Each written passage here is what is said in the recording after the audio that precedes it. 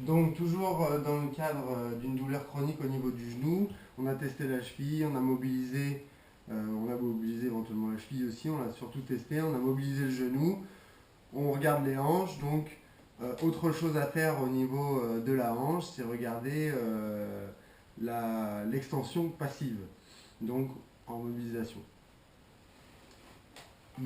On préférera travailler au début, quand on s'entraîne à la technique, en hétérolatéral, c'est-à-dire avec le patient le plus en bord de table possible. Donc je suis sûr que tu peux t'approcher un tout petit peu, ça va m'aider.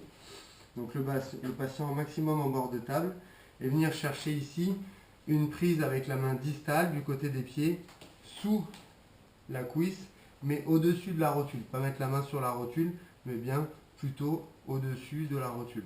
Donc vraiment sur le quadriceps. Ici, la main proximale, elle va venir se placer au niveau des EIPS pour stabiliser le bassin, afin que le bassin ne décolle pas de la table lors de l'extension de la cuisse.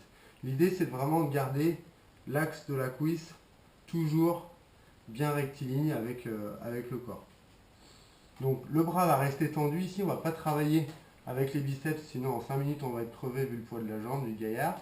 Donc on garde le bras tendu, et ici donc régler la hauteur de table, celle-ci elle ne se règle pas, mais avec une table qui se règle, on va la baisser un petit peu pour être plus confortable. Donc l'idée c'est bras tendu, et ici avec tout le corps, on va mobiliser la jambe vers l'extension de la hanche. Donc bras bien tendu, on essaie de bien garder la jambe bien dans l'axe, que le bassin ne se lève pas de la table. Et voilà. À terme, avec un petit peu plus de technique, on travaillera bien sûr plutôt en homolatéral, parce que ça nous pète moins le dos. Donc c'est la même prise, on vient placer ici la main au-dessus de la rotule sous la cuisse. Pourquoi on ne le fait pas travailler comme ça au début? Parce que le risque c'est de faire ça, de faire une traction vers soi, et là on crée une abduction, éventuellement peut-être même une rotation interne, donc c'est pas terrible. Donc avec un petit peu d'entraînement on y arrive.